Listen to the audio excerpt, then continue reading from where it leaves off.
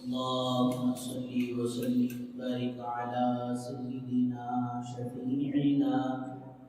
حبيبنا نبينا مولانا محمد بارك وسلم. الحمد لله نحمده ونستعينه ونستغفره ونؤمن به ونتوكل عليه ونعوذ بالله من شرور أنفسنا ومن سيئات أعمالنا. من يهده الله فلا مضل له ومن يضلله فلا هادي له، ونشهد أن لا إله إلا الله وحده لا شريك له، ونشهد أن سيدنا وسندنا مولانا محمدا عبده ورسوله. من كان يرجو لقاء ربه فليعمل عملا صالحا ولا يشرك بعبادة ربه أحدا. وقال رسول الله صلى الله عليه وسلم: حب الدنيا رأس كل خطيئة، أو كما قال عليه الصلاة والسلام. رب اشرح لي صدري ويسر لي أمري واحلل عقدة من لساني يفقهوا قولي.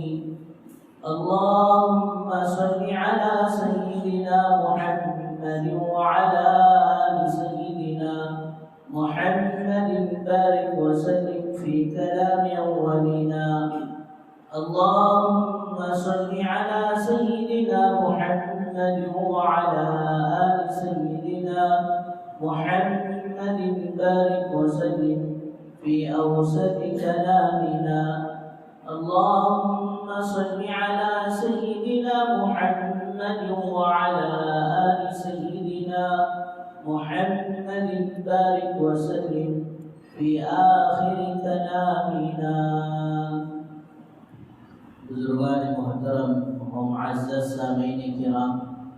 اللہ جل جلالہ عمل والوں کا احسان کرم فضل ہوا کہ اللہ تبارک و تعالیٰ نے ہم سب کو اپنے گھر تک آنے کی توفیق نصیب فرمائی اور کچھ دین کی باتیں کہنے اور سننے کی توفیق و سعادت نصیب فرمائی۔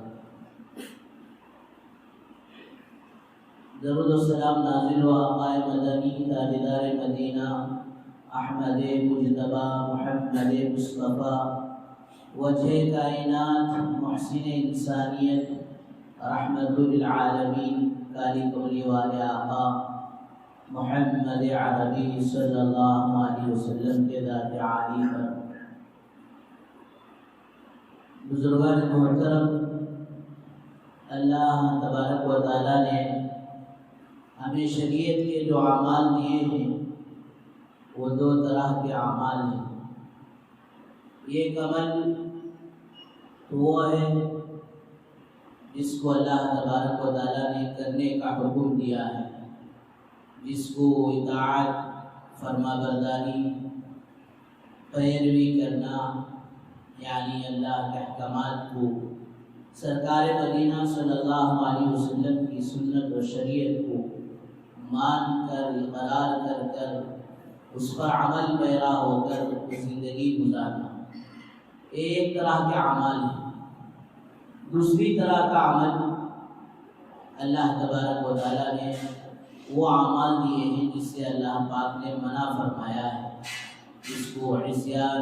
نافرمانی اور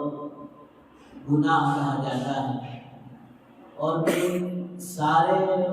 گناہوں میں سب سے بڑا گناہ فرمایا وہ کفر اور شرک کا گناہ ہے۔ اللہ معاف فرمائے، آج کا دور ایک دور وہ تھا کہ لوگوں کو فسق و فجور سے، گناہوں سے، نافرمانیوں سے روکا جاتا۔ آج حالات ایسے بگڑ رہے ہیں، وہ چاہے دجالی فتنے ہوں، موبائل کا فتنہ ہو، یا پھر اسی طرح قربانیت کا فتنہ ہو، یا پھر ہمارے بچے جو اسکولوں میں پڑھا رہے ہیں وہاں پر جو انہیں آج دعائیاں اور پھر ان کے جو گیت وغیرہ جو پڑھایا جا رہا ہے اس کے اندر کفریہ کلمات موجود ہیں، تو یہ اللہ معاف فرمائے آج معاملہ گناہوں سے ہٹ کر سیدھا کفر پر جا رہا ہے۔ تو بہرحال سب سے بڑا گناہ فرمایا وہ کفر اور شرک کا گناہ ہے، اس لیے اللہ پاک نے قرآن مجید میں ارشاد فرمایا ان اللہ لا یغفر ان یشرک بہ ویغفر ما دون ذلک لمن یشاء،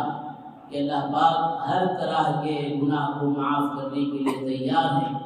لیکن شرک کے گناہ کو اللہ پاک معاف نہیں کریں گے۔ اس لیے کہ اللہ پاک نے ایمان کے اندر وہ طاقت رکھا ہے کہ ایک آدمی ساری زندگی کفریہ کلمات کہتے ہوئے گزارا، کفریہ اعمال کے ساتھ گزارا، کفر و شرک کے ساتھ گزارا، لیکن 90 سال اس کی زندگی پورے ہونے کے بعد اب آخری لمحہ دنیا سے جانے سے پہلے اگر وہ ایمان قبول کر لیتا ہے، اسلام قبول کر لیتا ہے، اپنی زبان سے کلمہ لا الہ الا اللہ محمد رسول اللہ صلی اللہ علیہ وسلم کو اقرار کر لیتا ہے، تو فرمایا یہ ایمان کا یہ ایمان کے کلمات، ایمان کے جملے، ایمان اس کی ساری زندگی کے 90 سالہ زندگی کے کفر اور شرک کو دھو دیتا ہے، کفر اور شرک کے معافی کا ذریعہ اور سبب بن جاتا ہے۔ اگرچہ اس نے دل ہی کے اندر فرمایا کہ اگر ایمان کو قبول کر لیا، اسلام کو قبول کر لیا، اس پر بھی اللہ تبارک و تعالیٰ اس کی مغفرت کر دیتے ہیں۔ حضرت قاسم نانوتوی رحمۃ اللہ علیہ کے متعلق یہ حضرات علماء نے لکھا ہے کہ حضرت کا ایک پڑوسی تھا،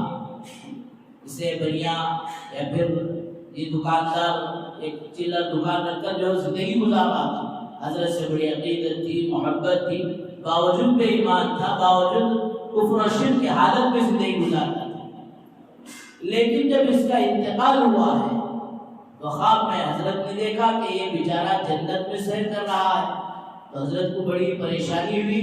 کہ یہ باوجود کفر کے کبھی اس نے ایمان قبول نہیں کیا، اسلام قبول نہیں کیا، کبھی اعمال نہیں کیا، جبکہ قرآن کہتا ہے من کان یرجو لقاء ربی،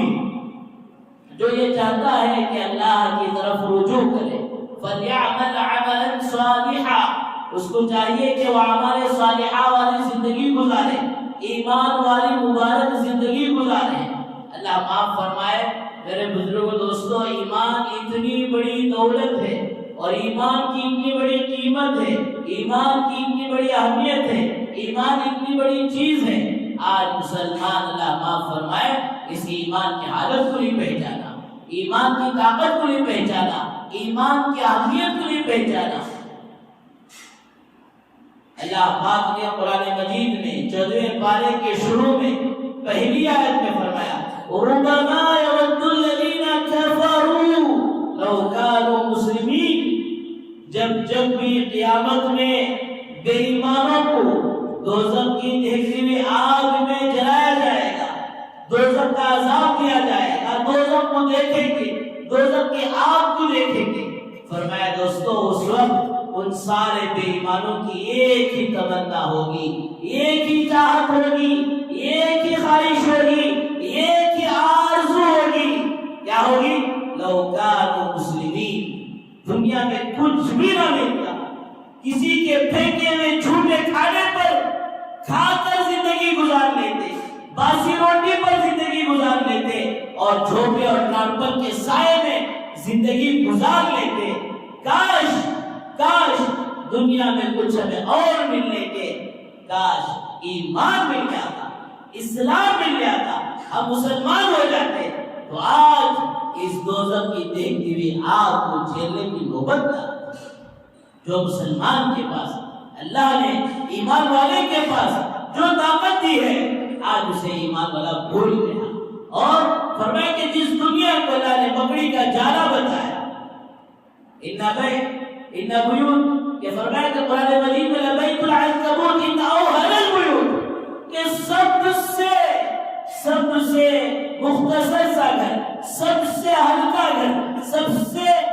معمولی ہٹانے سے ہٹنے پر، گرانے سے گرنے پر، اوہن کہ سب سے ذلیل و خوار اگر کوئی گھر ہے وہ بکری کا جالا ہے، فیان کے ہمیں سے ختم ہو جائے گا، کسی کے چھیے بغیر ہوا کی جو ہے زوردن جھوٹے چلے تو اس میں ختم ہو جائے گا۔ اللہ کہتے ہیں دنیا میرے بندو دنیا کچھ بھی نہیں ہے، لبیت العنکبوت یہ تو بکری کا جالا ہے۔ اس بکری کے جالے کے پیچھے پڑ کر تم نے میں نے جو بڑی قیمت، بڑی طاقت اور بڑا تحفہ ایمان کا جو دیا، اسے تم بھول گئے، اعمال کو بھول گئے، آخرت کی حقیقت کو بھول گئے، قبر کی حقیقت کو بھول گئے۔ ربما یود الذین کفروا کہ جب بھی کل قیامت کے دن بے ایمانوں کو دوستو عذاب دیا جائے گا، فرمایا وہ کسی بندے کو یاد نہیں کریں گے اور کسی چیز کی خواہش نہیں کریں گے، وہ تمنا کریں گے تو دوستو اسلام کی تمنا کریں گے، وہ تمنا کریں گے تو ایمان کی تمنا کریں گے، وہ خواہش ظاہر کریں گے تو کلمہ لا الہ الا اللہ محمد رسول اللہ کو ظاہر گے کہ اللہ یہ مل جاتا کچھ اور نہ ملتا۔ کہ دوستو اللہ نے کتنا بڑا یہ فضل کا معاملہ کیا، کتنا بڑا احسان کا معاملہ کیا کہ اللہ پاک نے بن مانگے اور بغیر کسی خون و پسینے کے ٹپکائے کے اللہ تبارک و تعالیٰ نے ایمان کی بڑی دولت ہمیں دی۔ اس لیے علماء نے لکھا ہے قیامت کے صبح تک سجدے میں سر رکھ کر اگر اس بات کا شکر ادا کرتے جائیں تو دوستو فرمایا شکر ادا نہیں ہو سکتا۔ اس لیے کہتے ہیں کہ جب بھی دین اور دنیا کا معاملہ آئے تو دنیا کے معاملے میں اپنے سے نیچے والوں کو دیکھو، ایمان کے، اعمال کے، دین کے معاملے میں اوپر والوں کو دیکھو۔ تو فرمایا اس پر تم کبھی اپنے ایمان پر، اعمال پر مطمئن ہو کر نہیں بیٹھو گے، بلکہ اپنے اندر اور ایمان کو بنانے کی، اعمال کی کرنے کی چاہت، شوق اور جذبہ پیدا ہوتا ہے۔ اور دنیا کے معاملے میں اپنے سے نیچے والوں کو دیکھو تو جو اللہ دنیا تمہیں دیا ہے اس پر تم شکر گزار بنو گے۔ ہوتا نہیں ہوتا ایک آدمی یہ کرایہ جو ادا کر رہا ہے، گھر کا بھاڑا بن رہا ہے، تو اس کی خواہش ہوتی ہے اللہ ایک ٹوٹا پھوٹا گھر بھی مجھے دے دیتا تو مہینہ 10-15 ہزار یہ بھاڑے بننے سے میں بچ جاتا ہے۔ وہ بھاڑے بننا ایک طرف، بعض مالی کے مکان کی بہت زیادہ حد سے تجاوز کر رہا تھا، تمہیں 2 ہے تو 2 چھنا زندگی بننا، 3 نہیں ہونا، کیا مطلب تیسرا کوئی مہمان تمہارے گھر پر نہیں آتا۔ ایک ساتھی عجیب و غریب بات بولے کہ بیچارے میکینک تھے، کام کر کر آئے، گھر کو کھانے جاری، جو گھر کے جو پہریاں تھے، یہ جو سیڑھیاں تھے، گرل تھے، اس پر ہاتھ رکھ کو بیچارہ چلے، یہ بھی ہونر کی نظر پڑی نا، کیا جی ہے، انہیں ہونا بل ملامت ہو گئی بھئی چانس میں مسٹیک لگ گیا ہے، اس پر پکڑ کر رہا ہے، ایسا رہا تو گھر خالی کرتا ہے۔ اللہ حفاظت کرتا ہے۔ یہ اتنی بھی زیادہ سختی، اتنی بھی زیادہ کنڈیشن، گھر آپ کرائے کو دیے ہیں، اس کی ذمہ داری ہے کہ اسے پاک صاف اسے رکھنا ہے۔ مسلمان کا ایمان ہے الطہور شطر الایمان، پاک آدھا ایمان ہے، یہ ساری چیزیں ہیں، لیکن اس کے ساتھ ایسی کنڈیشن رکھنا کہ کوئی مہمان بار بار نہ آئے۔ تو پھر دوستو آپ دین کو روک رہے ہیں، شریعت کو روک رہے ہیں، حضرت علی رضی اللہ عنہ کے اس عمل کو روک رہے ہیں کہ حضرت علی گھر میں روتے بیٹھے ہیں، پوچھا امیر المومنین کیا بات ہے؟ پتہ نہیں اللہ میرے کس عمل سے ناراض ہو گئے ہوں، 8 دن سے میرے گھر کوئی مہمان نہیں آیا۔ تو آپ حضرت علی کے عمل کو روک رہے ہیں۔ بہرحال بزرگوں دوستو بھائیوں، یہ باتیں نہیں ہونا چاہیے۔ تو بہرحال جس کے پاس گھر نہیں ہے وہ یہ چاہتا ہے کہ اللہ مجھے گھر دے دیا تو بس کہ ماہانہ میں 10-15 ہزار کرائے سے بچ جاؤں۔ اب ماشاءاللہ اللہ نے توفیق دی، گھر بھی مل گئے، چونکہ بیٹا کیا ہوتا بھی 10-15 ہزار بچ گئے تو ایک 50 ہزار 1 لاکھ بھاڑے میں آنا تب جا کر کہتے بھی کام چلتا سا۔ 10-15 ہزار میں کیا ہوتا؟ تو پہلے صرف ایک گھر مل گیا تو بس تھا، اب ماشاءاللہ اس کے اوپر گھر مل رہا ہے تو گھر کے اوپر اور زیادہ گھروں کی۔ اس طرح حدیث میں آتا ہے کہ جب آدمی قناعت پسند نہیں ہوتا تمنا اور حرص میں لگتے لگتے اسے سونے کے 2 جنگل مل جائے تب بھی وہ بس نہیں ہوتا، تیسرے کی فکر میں پڑ جائے گا۔ فرمایا اس کے اس حرص کو، اس خواہش کو قبر کی مٹی ہی بھر سکتی ہے، ہاں اس سے پہلے اگر بھرنا ہے تو قناعت والی صفت اللہ نے جو دیا ہے جس حال میں رکھا ہے، ہاں کوشش حلال طریقے سے محنت جدوجہد کوشش کرنے کے بعد اللہ جو دے اس پر ماشاءاللہ مطمئن ہو جائے، اس پر بس ہونا۔ لیکن دین کے معاملے میں فرمایا کہ چپ نہ بیٹھو بلکہ دین کے معاملے میں اپنے سے اوپر والوں کو دیکھو۔ اللہ نے بنجوختہ نماز کی توفیق دی ہے تو فرمایا آگے بڑھو، تہجد گزار کرو، قرآن کی تلاوت کرنے والے بنو، اپنی اصلاح کرنے والے بنو، اللہ کا ذکر کرنے والے بنو، اللہ کے راستے میں اپنے جان و مال کو لٹانے والے بنو۔ دین کے معاملے میں فرمایا اپنے سے اوپر دیکھتے چلے جاؤ۔ بہرحال یہ ایمان بڑی طاقت دوستو، بڑی اہمیت والی چیز ہے، بڑا تحفہ ہے۔ حضرت قاسم نانوتوی رحمۃ اللہ علیہ سے پوچھتے ہیں کہ بھائی تو بے ایمان تھا، جنت میں کیسے پہنچ گیا؟ تو فرمایا وہ کہتا ہے حضرت ہاں میں تو ایسے ہی زندگی گزار رہا تھا، لیکن جب بھی آپ اللہ کے کلام کو اپنے چبوترے پر بیٹھ کر پڑھتے تھے تو اسے بڑے مزے سے میں سنتا تھا اور کہتا تھا اللہ یہ تیرا کلام بالکل سچا ہے، اللہ یہ تیرا کلام بالکل حق ہے، یہ سچ ہے، یہ سچ ہے۔ اور میں اسی بات کو میں بارہ دہرایا کرتا تھا۔ حضرت پتہ نہیں اللہ کو میرا یہ عمل پسند آ گیا، موت سے پہلے اللہ نے میرے دل میں ایمان ڈالا، میری زبان سے کلمہ جاری ہوا، پھر اس کے بعد میں مانا۔ تو میرے بزرگوں دوستو بھائیو،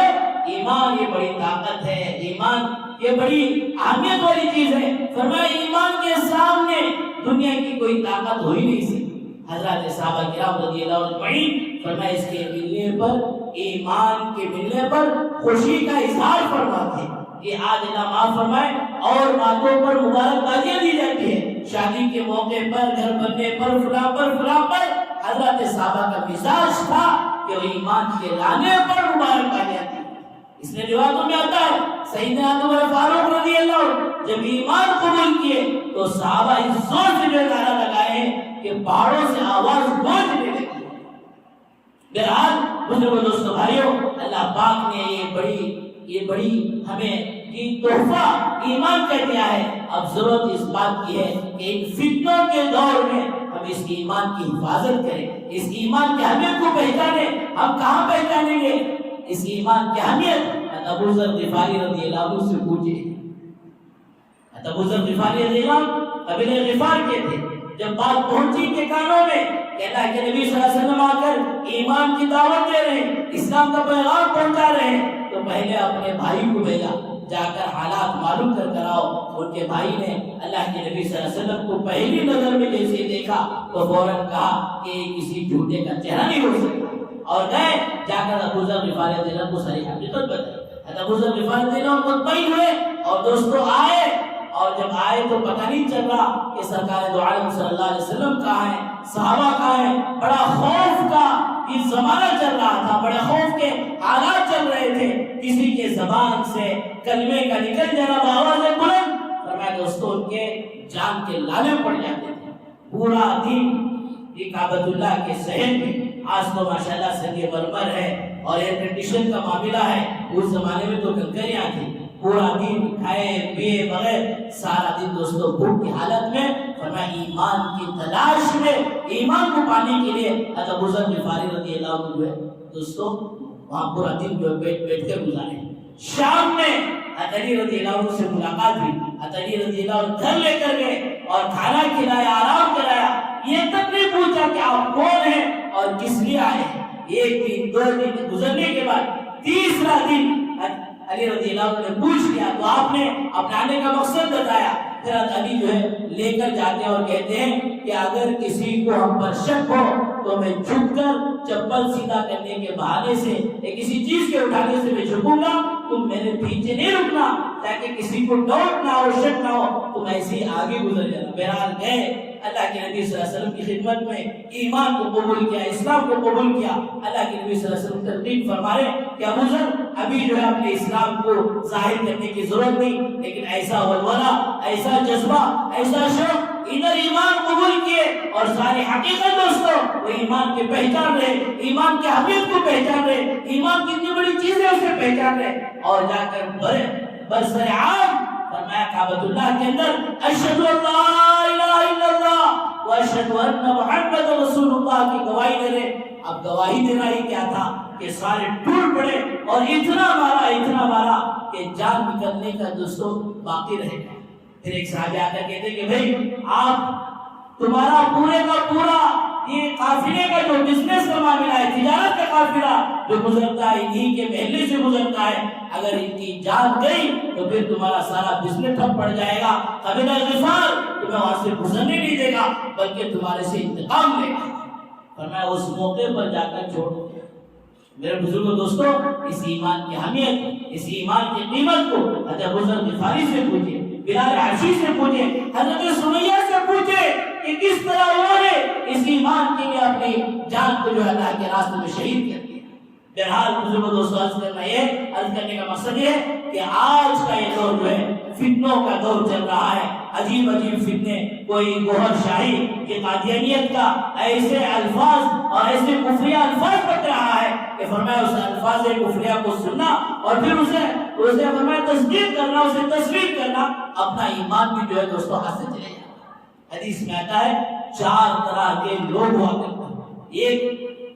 ایک طبقہ وہ ہے جو ایمان کی حالت میں دنیا میں آیا، پیدا ہوا اور پھر ایمان کی حالت میں مرا، یہ بڑا ہی خوش نصیب انسان ہے۔ دوسرا انسان وہ ہے جو کفر کی حالت میں دنیا میں آیا، پیدا ہوا لیکن ایمان کی حالت میں مرا، ایمان کی حالت میں اس کی موت آئی، تو فرمایا دوستو یہ بھی خوش نصیب ہے۔ تیسرا آدمی فرمایا وہ بد نصیب ہے کہ پیدا ہوا کفر کی حالت میں اور مرا بھی کفر کی حالت میں۔ چوتھی قسم جو مجھے اور آپ کو، ساری انسانیت کو، سارے مسلمانوں کو جو ڈرنے کی بات وہ یہ ہے کہ وہ آدمی بڑا ہی بد نصیب، بدقسمت ہے کہ پیدا ہوا تو ایمان کی حالت میں، ایمان اور مسلمانوں کے گھرانے میں، لیکن موت آئی تو دوستو فرمایا وہ کفر کی حالت میں، یصبح مؤمنا ویمسی کافرا۔ حدیث میں آتا ہے قیامت کے قریب ایسے فتنے آئیں گے، ایسے فتنے آئیں گے، ایمان کی حالت میں صبح ہوگی تو شام دوستو کفر کی حالت میں ہوگی، شام ایمان کی حالت میں ہوگی تو صبح جو کفر کی حالت میں ہوگی۔ اس میں میرے بزرگوں دوستو اس ایمان کو بچانا ہے، اور ایمان کیسے بچے گا؟ اس کے اعمال کو کرنا ہے۔ ایک مثال کے طور پر ایک آدمی بازار گیا اور پھر ایک درخت خریدا، ایک پودا خریدا، اب لا کر اسے رکھ دیا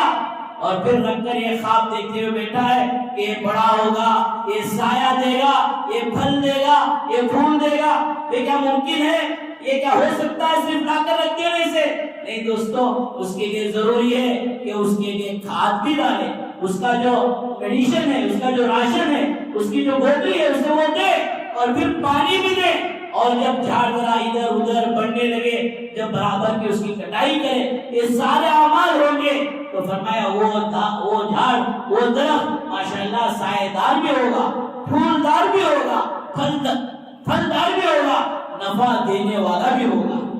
حضرات علماء نے بڑی عجیب و غریب مثال دی کہ اسی طرح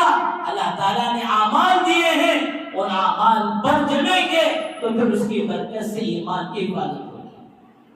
اس کے لیے اللہ تعالیٰ نے وہ پانی پر جو وقت نماز دیا، سال میں ایک مرتبہ، فرمایا دوستو روزے دیے، اور فرمایا اسی طرح جب ادھر ادھر اس درخت کے پتے اور پتیاں بڑھ جاتے ہیں تو اسے کاٹتے ہیں، اور جب مال زیادہ ہو جائے زکات کے ذریعے سے ان پتیوں کو کاٹو، پھر اللہ اور بھی مال دے تو حج کرو۔ فرمایا یہ اعمال ہیں، اس اعمال کی برکت سے ایمان کی حفاظت۔ ہمارا بچہ اسکول میں پڑھ رہا ہے، کسی طرح جو ہے پیپر آؤٹ ہو گئے، اب پیپر آؤٹ ہونے کے بعد اب وہ بچہ اس پیپر کو دیکھ کر بھی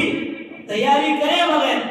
پڑھے بغیر جا کر امتحان میں فیل ہو گیا، بولو اس سے زیادہ بے وقوف، اس سے زیادہ نکما یہ کیا آتا معلوم نہیں تھا۔ ایک پیپر دیکھ کر، سوالات کو دیکھ کر، ان کوشچنوں کو دیکھ کر آنسر نہیں لکھا تو اس سے بڑا بے وقوف کوئی نہیں ہو سکتا۔ تھوڑی دیر کے لیے دوستو ہم بھی اپنے بارے میں سوچیں کہ جس سرکار دو عالم صلی اللہ علیہ وسلم نے تکالیف کو برداشت کر کر، صحابہ نے فرمایا تکالیف کو برداشت کر کر یہ ایمان ہم تک پہنچایا اور آخرت کا سارا پیپر ہمارے سامنے رکھ دیا، اس کے باوجود دوستو اگر ہم نے اپنی آخرت کی تیاری نہیں کی، اپنے ایمان کی حفاظت نہیں کی، اپنے اعمال کی حفاظت نہیں کی، تو دوستو ہم بھی ان نکموں میں کہیں شمار نہ ہو جائے۔ بہرحال بزرگوں دوستو، ہر طرح کے